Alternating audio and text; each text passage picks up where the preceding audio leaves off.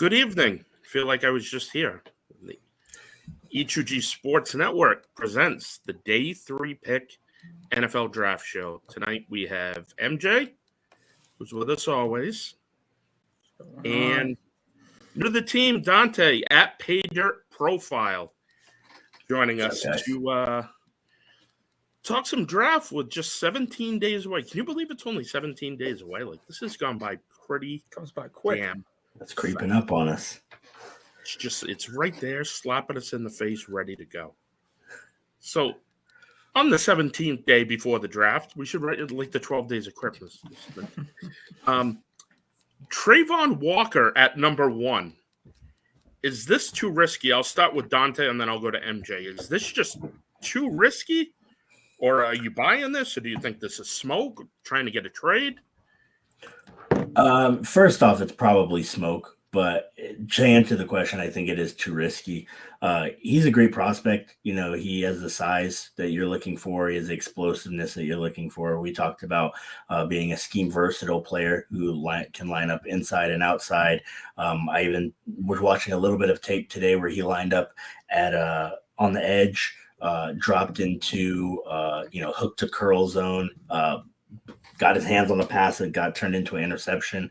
So, good range and a player who can do a lot for you. But the Jacksonville Jaguars are not teams who can afford to utilize those players. I talked to a friend about the Arizona Cardinals picking up. They had Deion Butler. No, their safety. And then they ended up picking up Isaiah. And then they ended up picking up Isaiah Simmons, hybrid guys that you can't utilize those hybrid guys correctly. I feel like the Jags are types like that as well. So they should go with the offensive tackle, sure thing. Aiden Hutchinson, who might have a lower ceiling but much higher floor. They're a team that they can't really afford to miss on that type of pick. So as much as he does have a good ceiling and is a solid player, I definitely would not be going this direction if I were them. MJ? No, I agree with Dante. I mean, the offensive tackle, I think that was the more of the consensus pick going into the draft process, because obviously you have a young quarterback who you drafted first overall, and you want to, you spent a lot of money to surround him with some talent, for him to succeed. And the one question is that offensive line. Yes, you added Brandon Scherf, a high-profile guard out of Washington, but you still need to solidify that tackle position. And when you look at the Jags defense, it also really isn't as strong as you would think. I mean, Myles Jack is gone. Josh Allen is that one bright spot, and we'll see what happens with Shaquille Griffin and Darius Williams. But so you could argue that they do need help on that, to give Josh Allen some pass rushing help. But I just think offensive tackle is the need. I mean, I think that that's the need, but I think they're going to go with a guy like a proven winner, guy who played, obviously so is Trayvon Walker. He won a national champion, but I think Aiden Hutchinson is probably most likely. I think this is all smoke at this point. I think it's going to be Aiden Hutchinson that goes first overall to them. When I do think they should add some more help around Trevor Lawrence to get the most that they can get out of him. All right, I got a listener, and then I have a question after that. Listener question. If you can put your name after, it'd be very helpful, just because it comes up as Facebook user. And here at E2G, we like to give everybody their proper due. Need to chime in my 2 cents. If the plan is for Walker to bulk up to 280, 290, hard for me to take him at number 1. I would hope he doesn't lose some of the athleticism along the way. He almost has to be Aaron Donald to justify going that high. Yeah, it was Deion Buchanan was the player. Buchanan. Yeah, I loved that guy when he came out. I have a crush on Cardinal safeties. There's something about him. I want Adrian Wilson. I remember Adrian Wilson. Adrian Wilson was my favorite. I have a crush on Buda Baker. Going back to Pat Tillman. And just even further back, but let's not talk about my age. Who also was the state? That wasn't Adam Archuleta. Adam Archuleta didn't go to play for the Cardinals, right? No, he was with the Rams and Washington. Mm-hmm. Okay. The artist formerly known as the Redskins. We can say it for said, okay. So what's up with Caleb on Chase on? I mean, what do you do there? Is this a guy you're dealing if you draft another edge player? I think there's been talk that they've been trying to see what his market is, and it's kind of it's interesting because he's also hasn't been, he's been in the league. This is going into his third year, and he hasn't been given that opportunity, and when he hasn't really shined. So they may, if they think that Aiden Hutchinson or Trayvon Walker is better suited to play alongside on that in that front seven with Josh Allen, and then they may look to Caleb on Chase on, because they drafted him. He was in the 20s. I believe, yeah, it was right before. I think it was 19. 19. Okay, so yeah, so no, I'm just spitting out. Oh.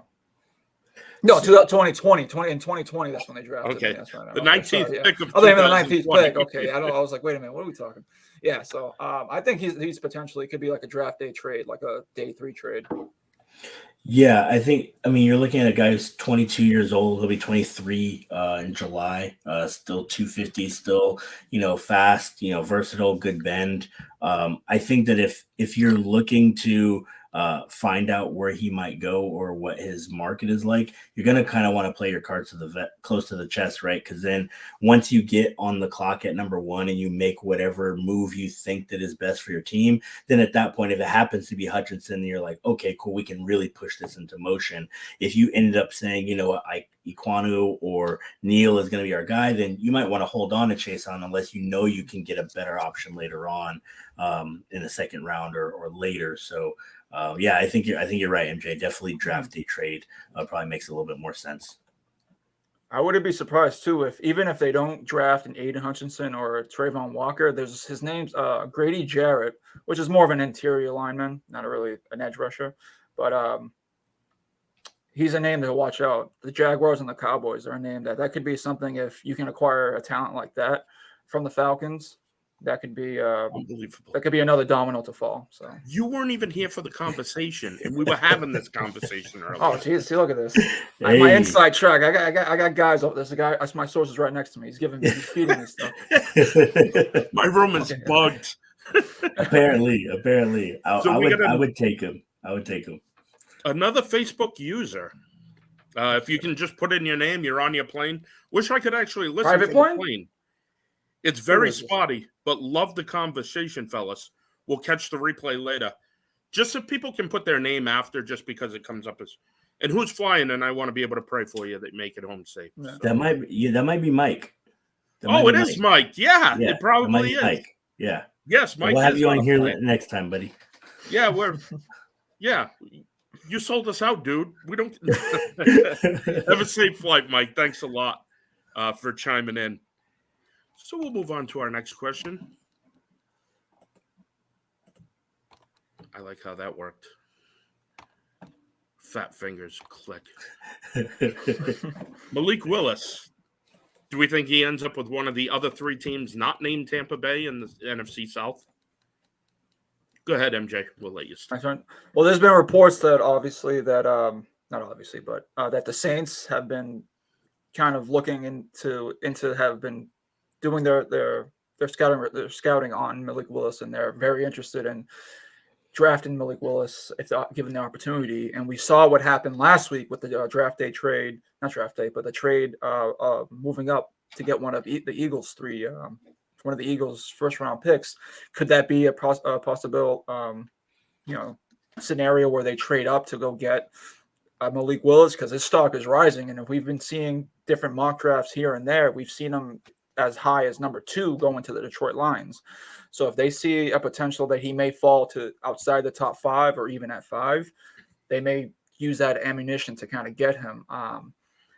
Carolina Panthers, I think we talked about this last week, buddy, where I think the Carolina Panthers is the most likely team to draft Malik Willis, just because they're best position, and the Carolina Panthers are thirsting for some kind of a spark to that franchise right now. I mean, McCaffrey can only get you so far. They won kind of that buzz that Cam Newton brought back in 2011. So I think the Carolina Panthers are the most likely team, but I wouldn't rule out the Saints using some of that, that advantage they got from the Eagles trade last week. Dante, do we want to drop the nugget now or with tea leaves that you had? Yeah, so I was listening to the Draft Dudes podcast, and they brought up something that was very interesting. That David Tepper, owner for the Carolina Panthers, actually is a Pitt alum. So getting that and getting inundated with him at the Senior Bowl, having that player be kind of within their region a little bit, it definitely remains to be seen. Where all these teams really feel as far as their quarterbacks are concerned. But I think that, Malik Willis might not be the best fit for them. It's a team that, had Cam Newton, had the, uber athletic quarterback that they kind of had to put guys around. And, they saw Super Bowl and MVP come out of it. But I also think that, they could be looking at a guy like, Kenny Pickett, who is more ready to win now. They have, the offense with Chris McCaffrey, who has like a massive cap hit in 2023 and 2024. They have DJ Moore, a decent cast of guys on defense.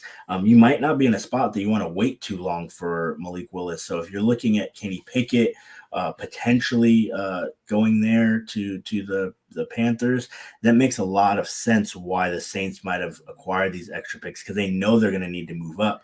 Malik Willis being available afterwards, maybe making a deal with the Giants at 7. I doubt the Falcons want to trade back with them to allow them to select their quarterback, but that it definitely makes things interesting. I think at the end of the day, the AFC has done a really good job at stacking quarterbacks. Most of their teams that have high picks are already set at the position. So finding a spot in the NFC South is probably pretty easy for them, but I would probably choose the Saints at this point in time. All right, you're listening to Ear to the Ground Sports, E2G Sports, the Day 3 pick NFL Draft Show.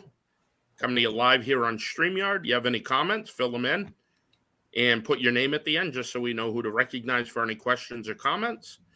And as we move on here with MJ and Dante, thoughts on Darryl Stingley and his workout helping his stock?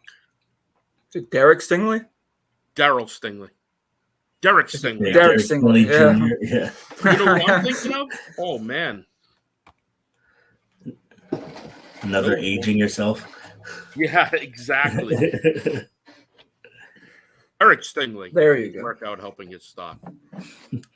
No, I think it's huge for him. As far as medicals were concerned, that was probably the biggest point of contention. And then you had the quote unquote character. Anytime that people don't participate or opt out, they have the kind of does he like football? Is he going to be committed to X, Y, or Z?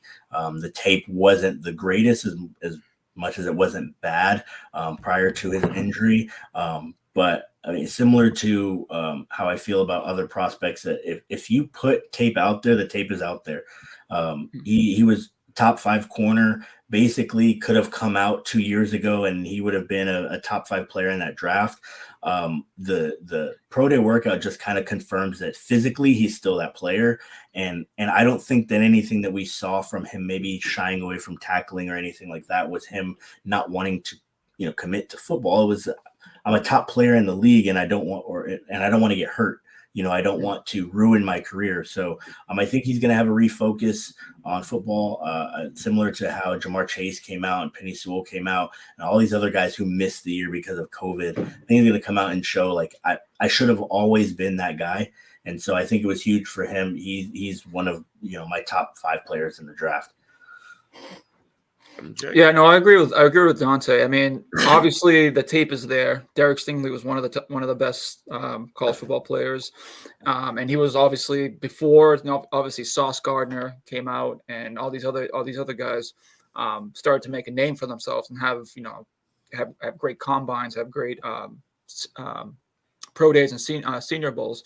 I think Derek Stingley is kind of reminding everybody, who he is, like, and why, the talent that he has. And obviously the numbers he posted at his pro day just proved that. And I think that, when recency bias. A lot of people, obviously, they look at things of, we've seen these in years past, where the talent of a guy, the character or the, an event that happened with a certain player, kind of sometimes, especially in today's, today's climate, kind of trumps what what you're getting in as an on-field talent. And I think Derek Stingley is kind of the exception, where I think he was falling in as far as in mock drafts and how people were projecting him, and as far as teams' draft boards, but he never really fell like some guys sometimes do.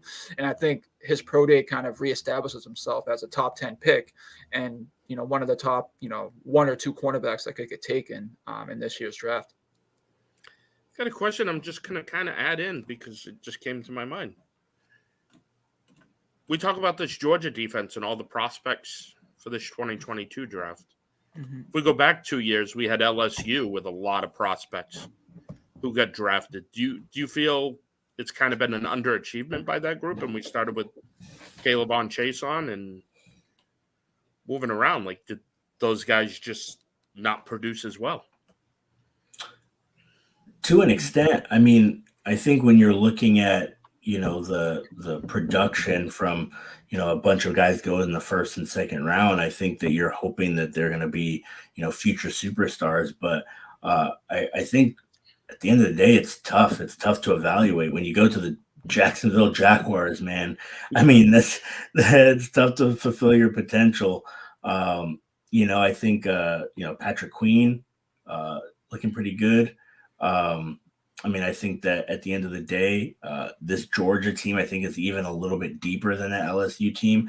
And it's always tough to see when you have a ton of, premium cogs working together once they're individualized on an NFL roster, what they really can do. So I wouldn't really think that the LSU team is underachieving. I would probably give them one more season this year 3 to really, kind of round things out, especially because COVID kind of happened and, things of that nature. Yeah. But yeah, I think that they've done fine. And I think that this Georgia roster is even going to be better.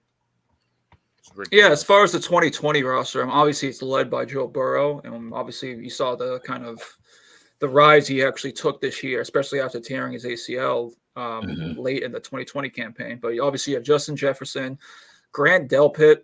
We haven't seen as much out of him. Yeah. And I actually, you have to include Jamar Chase. I know he came out in 2021, but he was kind of part of that LSU team.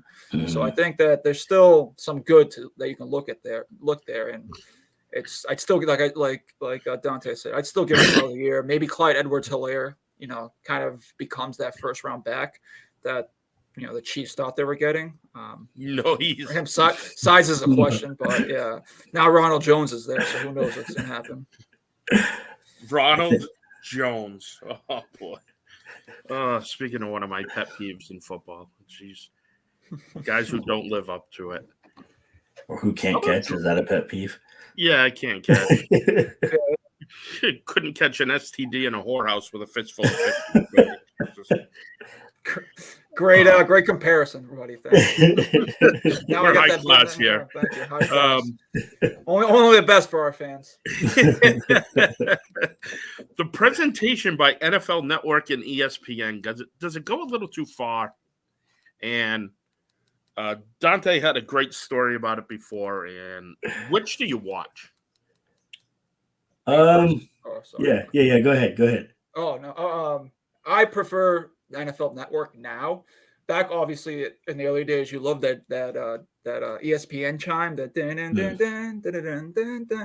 But NFL Network, I just love their analysts. I'm a big fan of Rich Eisen. I'm a big fan of Daniel Jeremiah.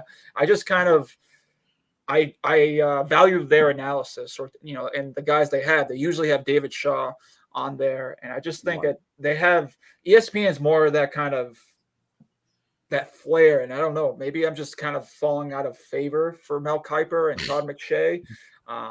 But I haven't really watched the ESPN broadcast in a while. It's usually when I watch the draft, it's always NFL Network for me. But yeah, you can go ahead, Dante. Sorry.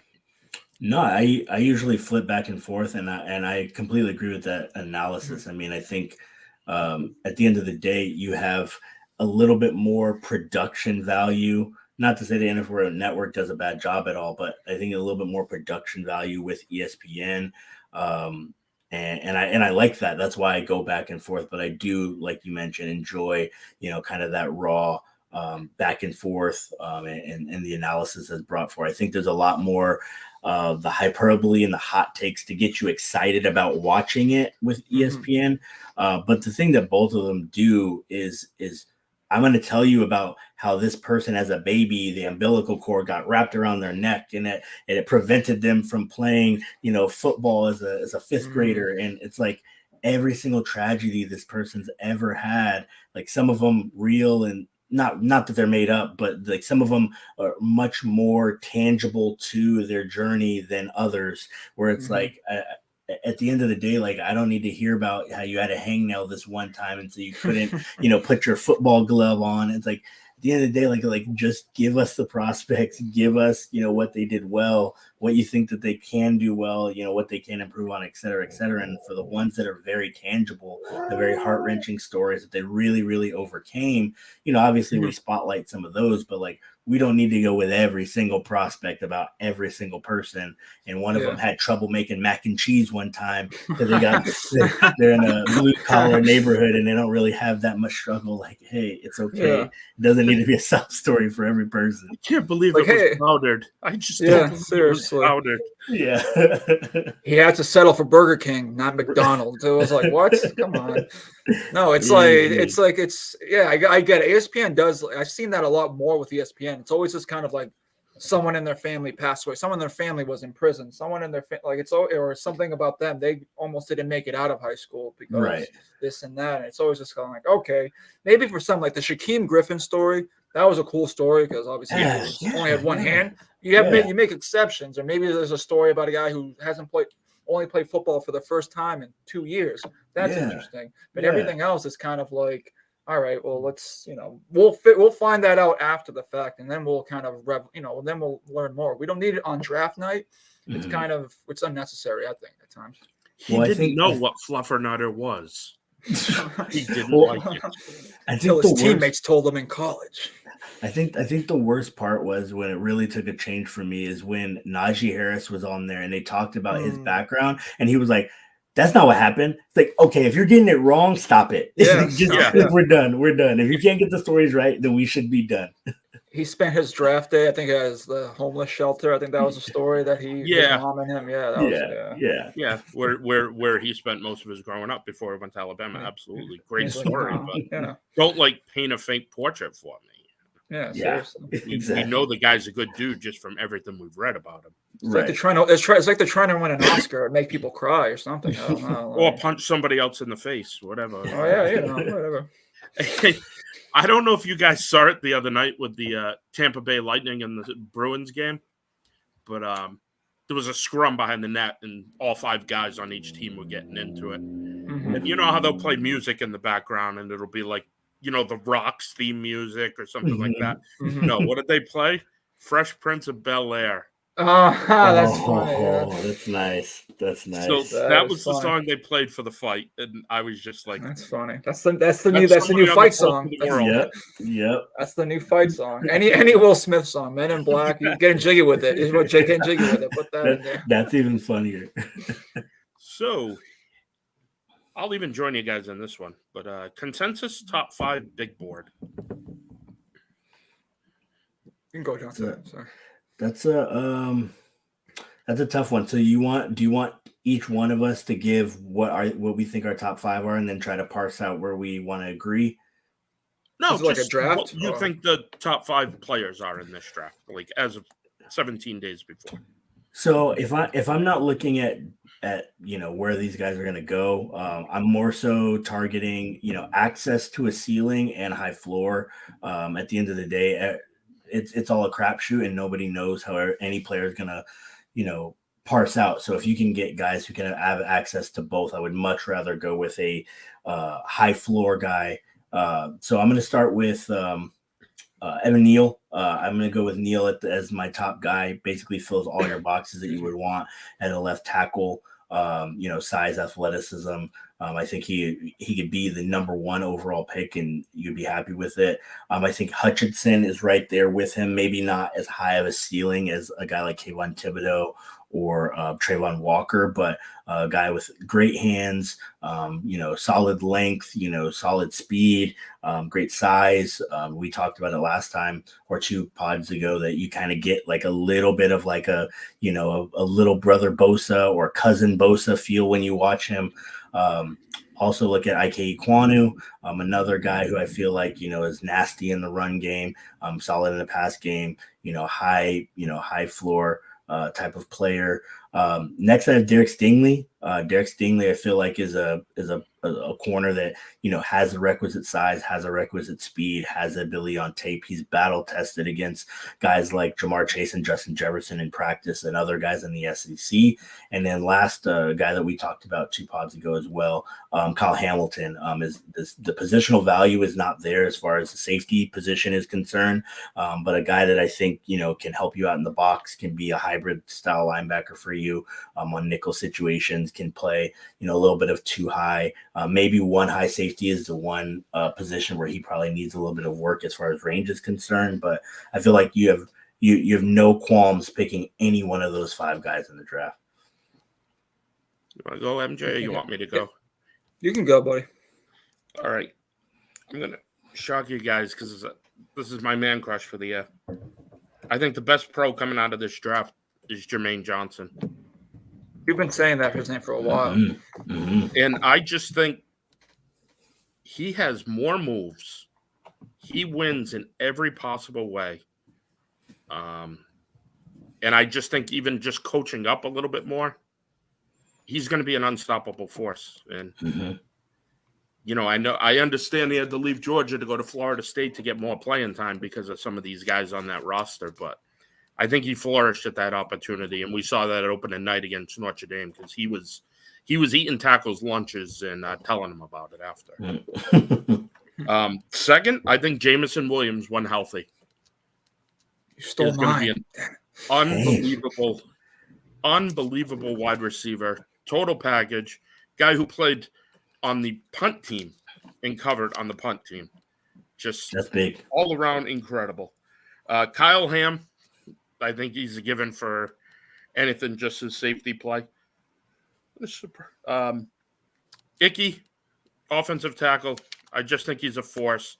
And anytime you get to watch a left tackle down in his stance, go to the right, and pretty much collapse the whole line is pretty friggin' incredible. And one of the guys who I saw do that, who hasn't panned out, was Cody Ford. Was a guy who used to do that, and he's always on his feet, and I think that's so important as an offensive lineman. And fifth, Devontae Wyatt. I have a feeling he's a very versatile piece in any type front, good with his hands. I think he's a double-digit sack guy and a 3-down player, and you can move him around. So those are my top 5. All right, so like I said, you're still one of mine. My top 5 was Jameson Williams, just for the same exact reason. I think he has that potential to be one of those big play wide receivers that we've been seeing year after year get. He agrees, or doesn't agree. I don't know. I can't. But yeah, just like I feel like there's a lot of receivers that are coming out in this class that have kind of a nagging injury that could probably sideline them for a little bit. But Jason Williams obviously is not going to start the season on time. But when he does get healthy, just like Buddy said, I think he is probably the best wide receiver in this class without question. This isn't in no particular order. I'm just giving my 5 guys. Aiden Hutchinson and Kayvon Thibodeau. I think those are probably if I would actually rank them, is going to be the 2. I think those 2 edge guys should be probably top 3 or top 4 at the lowest. I think those guys. I know Thibodeau has some character issues, and there's been some issues with his work ethic at times. But I think if he can kind of get into a program that he can fit in, and that has some stability, I think he could probably be one of those top edge defenders that you see. And Aiden Hutchinson, not because obviously number, but I just think he has that kind of potential to be that Bosa type of guy. Like Dante said, his ceiling may not be as high, but he has potential. And this is boring for a lot of people, but I think that the two tackles, Ikwanu and Evan Neal, those are kind of those staple left tackles. The size of Evan Neal at 6'7", and just the run blocking that Ikwanu has. That I think that those are two of the best qualities that you need in a first round, let alone top 5 offensive tackle. Especially with teams looking to, these quarterbacks are their, life and blood. You need those, you need dominant protection for these guys, because you want to make sure that you protect your investment for years and years to come. Like we were seeing with Joe Burrow, he got hurt a lot. What do? They give a lot of money to their offensive line because he's the future. He's the one that's going to carry them. So 2 tackles, 2 edge rushers, and I put it in Jameson Williams. I've been in love with Drake London, but I just think, for the reasons Buddy said, if Jameson Williams never tore his ACL, Jameson Williams would be stealing the show. He'd be most likely, knocking on the door for a top 5 pick in this year's draft. Wow. Especially with the emergence of Jamar Chase last year, people want to duplicate that. Just find that guy. You're listening to E2G Sports, Day 3 pick NFL Draft Show. MJ, Buddy, Dante, here with you. Any comments, questions, put them in the comment box, and also add your name too, so we can give you proper recognition. And next we step to something we talked to before the show, connecting the tea leaves. And what we mean by that is this GM is close with this head coach or worked at this school. So there's a little bit of a factor in a relationship with that. We found some interesting ones, like Belichick and Saban, the way Belichick and Pat Hill used to be at Fresno State. MJ, is there any that you can think of off the top of your head? Not that this person necessarily worked. I mean, Kirk Ferentz is another one with Bill Belichick that used to be. I mean, his son plays for the team. So it feels like we don't see a lot of Iowa guys a lot, but it's just that kind of, he has, he has a good closer neck. He has a connection with him. I'm trying to think. I'm trying to think like on my feet very fast. I mean, obviously John Harbaugh. That's a good. I would think that's a solid connection to have. Brother on brother, that they can kind of, if there's any. Are we going with if there's been connections in the past, or if there are connections that we can actually make for the future? We're just talking about how this is important to know these things. Just how it goes about. Like one that was brought to my attention by Mike, who's on a flight right now. Mike, I hope you got a cold drink. I hope the stewardess is cute too. He pointed out to me Northern Iowa and the Giants. And the reason being is Spencer Brown was drafted last year by the Bills. Mm-hmm. Well, over from the Bills comes the GM and Brian Daboll. So are they going to have more intel on Trevor Penning second year dealing with that school because they built that relationship? Yeah. It is people talking about Trevor Penning now as a first round pick. Could he be high as 7 because he fits what they do? It's a possibility, yeah. And I think about obviously new head coaches like Brian Daboll. He has that Alabama connection as well. So you could definitely see something. I think the Alabama connection kind of it spreads so throughout the NFL at this point, because you see a lot of some coordinators. And Nick Saban just has a kind of a pull that for a lot of these teams, Alabama, not just because they're great, but you see when their pro day comes, you see it, half of the league or even more of the league, and their head coaches are there, scouting these guys because they have that friendship relationship with Nick Saban, sorry. Tomato. But. Yeah, I think that one of them we talked about was the David Tepper Pitt relationship, and then you mentioned the Spencer Brown one. This one is more like fantasy football oriented, but with Nathaniel Hackett as the new head coach for the Denver Broncos, we have a lot of people who are looking at Javonte Williams as like the next big thing, and he's going to be a top 3, dynasty running back, et cetera, et cetera. And I think that people are forgetting, like, number one, Melvin Gordon has talked about wanting to come back, but number 2, Hackett just finished 2 seasons with AJ Dillon and Aaron Jones, both being there and both being healthy and both being strong contributors in that running game for him. He's going to have a stout stable of pass catchers. I don't think that he's going to be in a situation where they're just going to want to feed one person. That person gets injured and all of a sudden their playoff hopes are dashed. They don't have a first round pick anymore. They traded several future picks.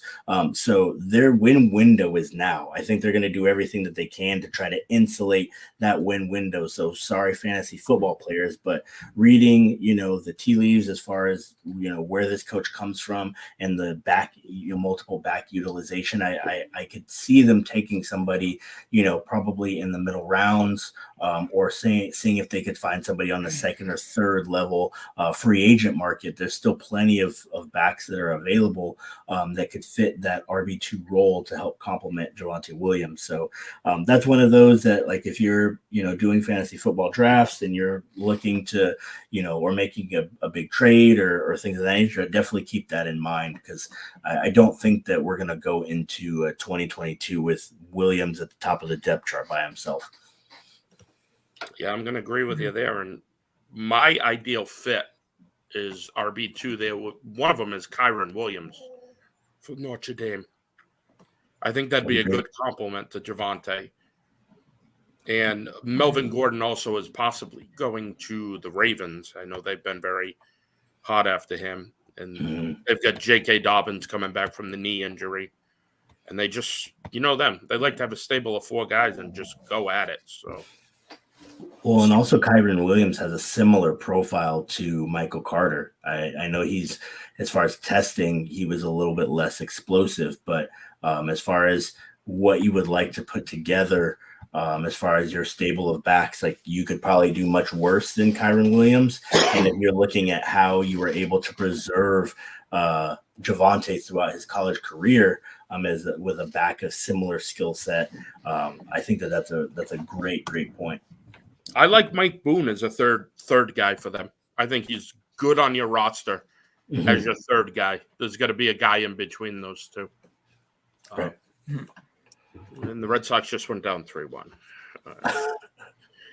In the series, they can come back.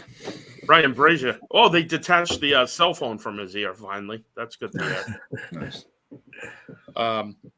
Prospects you were so wrong about, because I'm in confession right now. Let's hear your sins too. Go ahead, MJ. Oh, man, I can go back. I mean, there's prospects I fell in love with. I'm just thinking about drafts. We want to go way back. I think everyone else is wrong. Chad Jackson. I thought that was going to be the next coming. Chad Jackson was supposed to be the savior. He was going to replace Deion Branch, David Givens, no problem. Definitely wrong about that. That was a Bill pick. I think Rashad Mendenhall. I like him coming out. I was like, this is going to be a next back. I love Mendenhall. Sam Bradford, too. Sam Bradford, I thought he was going to be one of those top quarterbacks. I loved him in Oklahoma, and then just flamed out, never could catch on. Hung around for a little bit, but I thought he was going to be one of those, Matthew Stafford types where he's going to be, competing for MVPs, championships. Boy, was I wrong. So that's just a couple. I mean, I can name off lists and lists and lists, but it's classic. You look back and you're able to kind of laugh at yourself. You're like, well, what an idiot I was. Man, did I get fooled? Yeah. Well, I think the big one is to know why you were wrong, or find out why you're wrong. If it's Sam Bradford, he got hurt a bunch and he could just never stick with the same offense and can never get that continuity, I wouldn't feel so bad about that one. The Chad Jackson one, though, like, that's rough. That's rough because I feel like we're all in that same boat. We were talking earlier, and there were a couple of guys that I knew I was going to be wrong on. I just fell in love with them, like you mentioned, Dorial Green-Beckham and Hakeem Butler. Like those two guys, like just being guys that were, fast, big, could just blot out the sun, contested catches, those highlight plays down the field. Is like you knew the profile kind of didn't match with, where the league was going. So you kind of already anticipated it, but it didn't make it any worse when they flamed out. And then the one that I think was a little bit more legitimate on brand with the question was Vic Beasley going to the Falcons. I remember writing an article for NFL Network. It was like a contest. It was like, take this prospect and write us your best scouting report. And I picked Vic Beasley, and I was so hyped. I talked about his comparison to Julio Jones as far as his metrics are concerned. Like if you look at the player profiles, like Julio Jones and Vic Beasley, as far as their workout metrics are eerily similar. And then, he has a 115.5 sack season with the Falcons, and then just off the deep end from there. So that was a tough one. He had a good rookie season. I remember that. I was like, oh man, because I was like, oh, he's gonna be a problem. I think he had like 7 or 8 sacks, and then year 2, I think when he had that 15.5 one, it was like, oh, we're on to something here. And then 2 back-to-back seasons of him just not caring about football or struggling in some other aspect. I don't want to talk bad about his life, but definitely wasn't the same as the first 2 years. So yeah, that was a tough one. There are guys that people say, oh yeah, I had this wrong. Like Robert Griffin III. Like I wasn't really that big of, I mean, obviously you saw him his rookie year. And obviously injuries, same thing like you said with Sam Bradford, that kind of he never could kind of stay healthy. And then Trent Richardson. Everyone, I mean, that was what a waste of a pick Trent Richardson was. Like, oh my gosh, 3rd overall. Yeesh. Yeah, that's tough. He's on the USFL practice squad right now. He's on that Johnny Manziel team where the fans make the plays. The TO came out of retirement. Yeah, seriously. Do you guys want to hear a hot take? I don't think Trent Richardson pick was that bad. Really? I don't think that the pick was that bad. I think it's very easy for everybody to say, like, okay, we took a running back early. That guy flamed out and it didn't work out. I think when you look at his profile, what was much different than what we see now with Leonard Fournette coming out and Saquon Barkley coming out and Ezekiel Elliott coming out, like those big time players, right? Like Trent Richardson had enough long speed. He had enough, toughness and size. Like he produced as a rookie. Like I don't think he ran rookie of the year that year because I think somebody else, Griffin RG3 run rookie of the year. But he had over 1,000 scrimmage yards, and I'm pretty sure he had double-digit touchdowns on a trash Browns team. So like he was able to show that he was able to still perform even when everybody in the world knew that he was going to get the ball as number 3 overall pick. He was the entire offense. I think the biggest struggle that he had was, mental, and as far as like the work ethic and all that other like ancillary stuff. Like I feel like the player was fine. I feel like what you asked him to do, like you saw him do some things on the field were fine. But I think like once you get traded, once you start to get into your head to like, I'm not good enough anymore. And you get these people start talking about it. Like there's that quintessential, view from behind him, right? For when he's playing for the Colts. And it's like, he's looking this way and runs into the back of his lineman and the hole for him to walk into the end zone. And he would still be currently walking right now if he walked into that hole. No, you go that way, buddy. Don't go that way. It's like, what are you doing? But like, you saw him on film and rookie year make those easy reads, bounce that over to the C gap and score. So I think for him, I think a lot of it was like, social media driven, and, he has a couple of missteps here and there, and then weight gets into it. Like Eddie Lacy is a similar situation. Like if you're a big back, you can be a big back and be nimble, but you can't not, keep yourself, in shape. And I think that hit hit as well. So, I mean, still definitely a bust pick. Don't get me wrong. Like, you can't pick the number, 3 overall player and only get one good season out of them. But like, that's a player that I wouldn't fault the process. I think the results were what we want, but I don't think the process was as bad as what people would think it is. There was a guy who came out in 2011, a running back, and I just wanted the Patriots to grab him so bad. And we ended up playing him that year, and he had a monster game against us. The early pick? No, it was 4th round out of Nebraska. I'm trying to think who it was. Who drafted him? Washington. Guess. Alfred Roy Morris? Halou? No, Roy Halou. Oh, yeah. Alfred Morris was 2012. Loved Roy Halou. I had a man crush on Roy Halou. Like, totally admit it. Maybe a poster in my room. Like, I thought that guy was going to be the man. I really did. And his greatest game was I was live in the stands in Washington against the Patriots. He was tearing it up. That hurt. He was That was an infamous Bill O'Brien game. Yeah. Tom Brady was, and with what was the wide receiver's name? He had the flat top. Taquan Underwood. Taquan Underwood. He got cut the night before the Super Bowl. Sports history. How he even got his helmet on was amazing. It was so cool. Like a kid in play. Yeah. Oh, it was a kid and play flat top. That thing was monster. It was like a trap door. Press the button and it like retracts. Yeah. With the commercial with the guys fishing. Yeah, like, my old hairstyle came back. I think the Pats got Vereen and Ridley that year. Ridley had that one good year, and Vereen was serviceable. So we got the better of the back, I think. I guess eventually. Yeah. I mean, it wasn't great. It wasn't great, but hey, Yeah. I was wrong on AJ Brown. Big time. Oh, really? And N'Keal Harry. I thought N'Keal You thought it was eligible the opposite? You said, hey, N'Keal Harry is going to be a. Yep. I was just the opposite. And I got two guys I want to ask you about, both tight ends. What do you think they've been so far in the lead? TJ Hawkinson, and I'm going to stay in the division, Cole Kmet. What do you think of those two guys? Cole Kmet is starting to get looks, I've noticed. I mean, because they had Jimmy Graham there, and they were kept forcing Jimmy Graham in there. I'm like, the ghost of Jimmy Graham. They would just like, it to him. How does he stay around? But I think Cole Kmet, I got to see a little more. Let's see if Justin Fields can kind of bring him into that offense. TJ Hawkinson has shown that he's probably, when healthy, and that's a big issue, is that he can be that counterpoint in that offense. Whether it's an offense that's up and coming, obviously Amon-Ra St. Brown is obviously ended the year very, very well and can, is on track to be a big part of that offense. But I like TJ Hawkinson coming out. I mean, he came out, what was it, 18? Was that 18 or 19? That was 18. That was when Isaiah was it 19? 19. I think it was 19.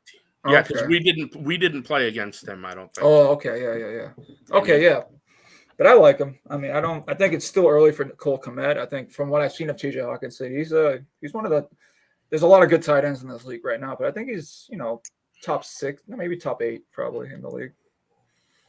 Yeah, I'd agree. I think he's pretty easily top 5 to 8, depending on where your flavor is. Yeah. Much more of a receiving threat than a blocker, but still a very adequate blocker.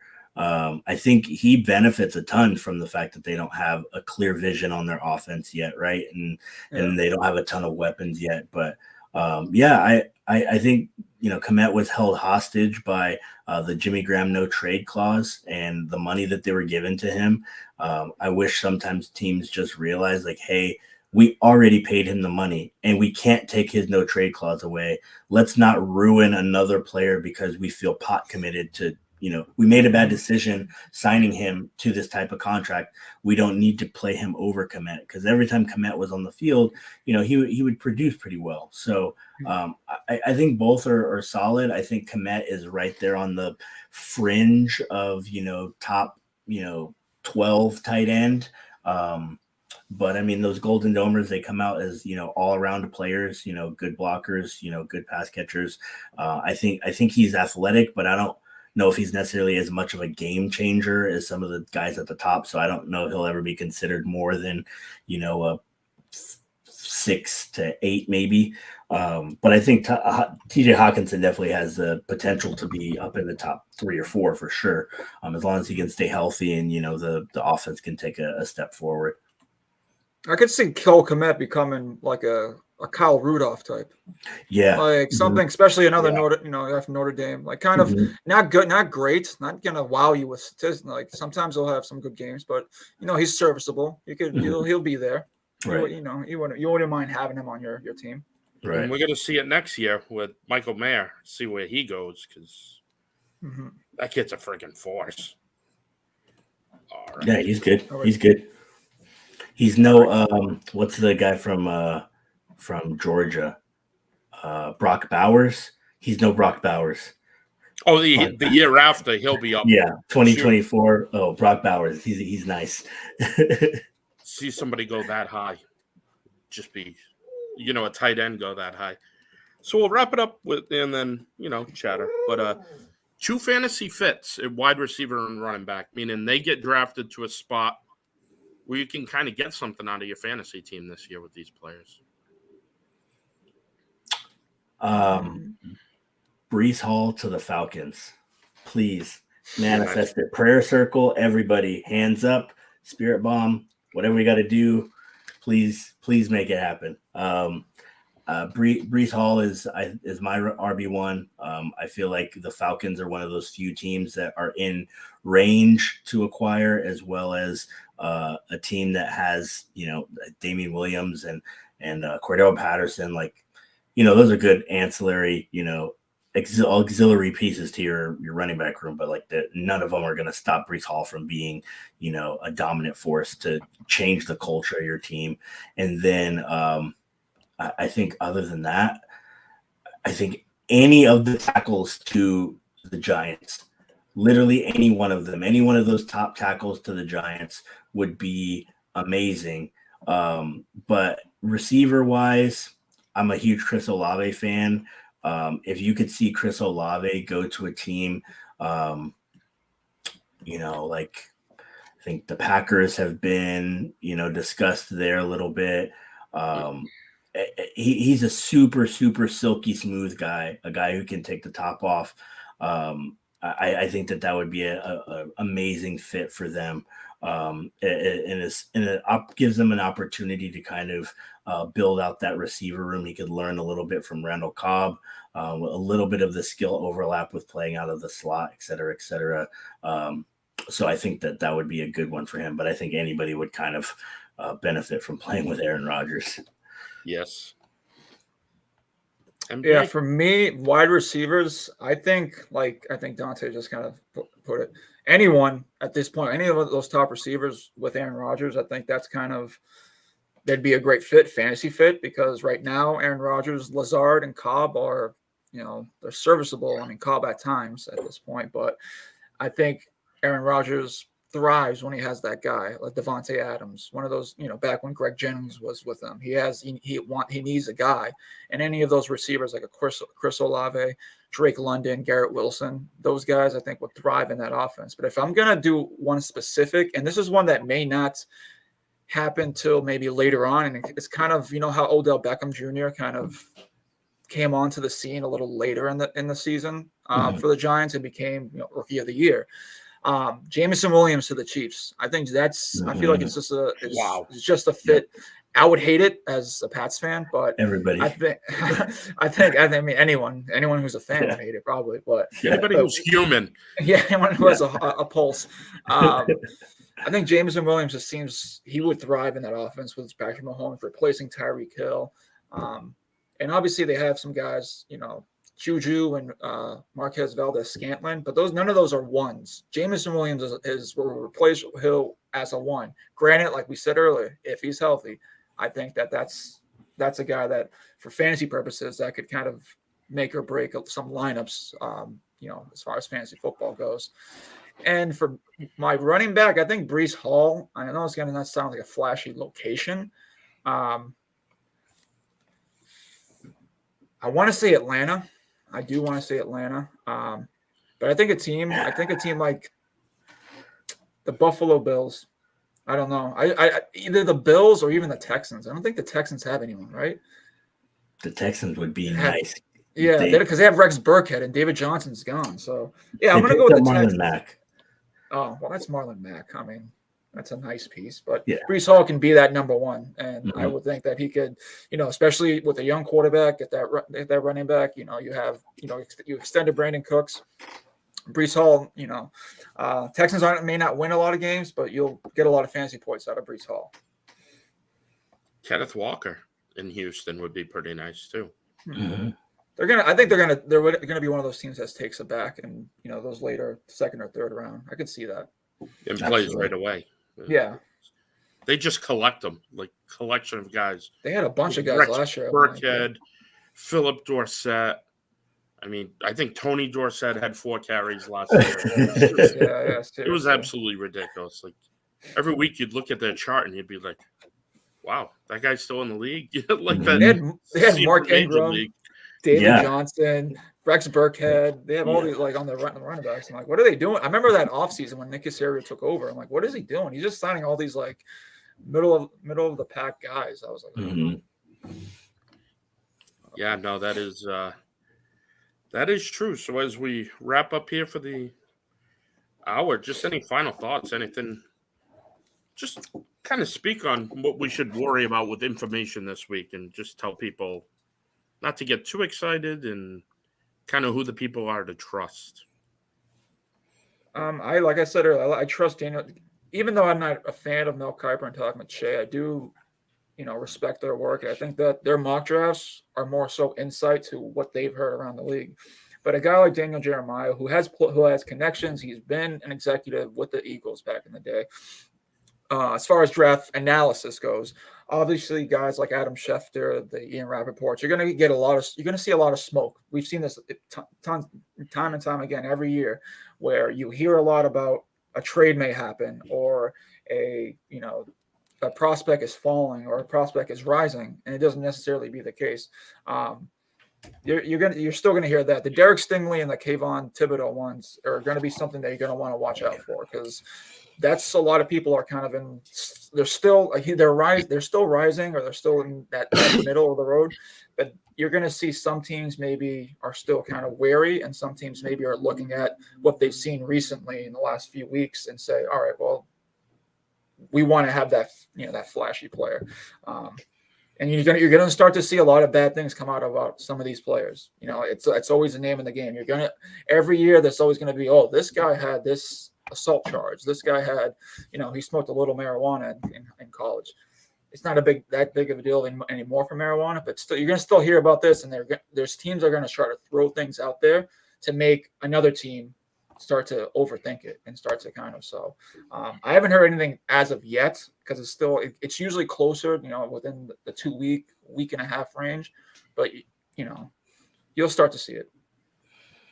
No, 1,000%. It hit the nail right on the head. Last year you saw it with Justin Fields and the uncorroborated stories about how he's the last person in the room and the first person out, and he's not a good leader. And, then there was the apology tour of like, oh, well, I should have, I think it was Dan Orlovsky, maybe. I should have, confirmed these sources. It's like, yeah, you should. These are human beings. Yes. So when you're hearing all of those things are smoke screens. Like they're trying to get guys to fall so they have a better opportunity to get to them. They're trying to create clout. Like you saw the Laramie Tunzel, video that came out of, him smoking, and, that plummeted his draft stock from 1 to 14. So it happens. Yes. And people unfortunately are going to go for that. So, like MJ said, find people that you like and that you trust. I think, Ian Rappaport is good. Adam Schefter has kind of been on the ice a little bit recently. He's, it's kind of showing a little bit more that people or his sources are giving him information in order to, kind of get a story across. And I think, there are other people that are doing it more so for the news and less so for just being the first person on things. So, keep all those things in mind, and, just know that people are going to want to tell you that Mac Jones is going number 3 overall. Yes. Be merry. You know, we just watched that movie Draft Day with Kevin Costner. There was a lot of that in that movie. There was a lot of that. So Hey, I can tell you, I talked to a friend who was a GM and said he pulled off a trade the way that Jaguars traded down for the second. That he pulled one off on a young GM. really, just like, was you talking about like the movie or in real? Yeah, He did it in real Yeah. life. Did it in real life. So That's awesome. I got to watch that movie again. That was a pretty good movie.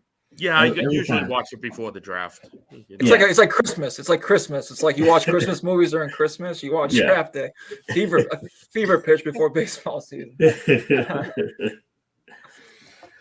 Yeah, absolutely. No, just know who to trust, and We can trust Buddy though. Buddy has some. Buddy's a good source. So. Yeah, he's plugged in. fake accounts. Burner Again, accounts. everybody, I've seen your burners, Buddy. Come on. Yeah. A good one for people who are on Twitter, NFL Beat Writers is a list that kind of keeps track of all of the 32 beat writers, including Rappaport and Adam Schefter and things of that nature. So if you're hearing it on, one of the beat writers, it's probably showing up on that Twitter feed too. So that's a good one to keep in mind. All right. Well, we're wrapping up here. The day 2 NFL draft, day 3 pick NFL draft show. MJ, Dante, you guys have been great. And just letting people know, we will have draft night. We're wrapping it up, but all our experts in some way on here with a role as a team, bringing it to you so you can have it on your computer, and that's the final out. The Red Sox lose. And then you can have that years and years down the road and says, "Remember when MJ was wrong?" You can totally hold it over our heads. Probably get stuff out of it. So, no problem. So the team's building, and we're gonna do that as a team. So that's what we do around here. For MJ, for Dante, this has been the Unsung Sports Grid. Have yourselves a great night.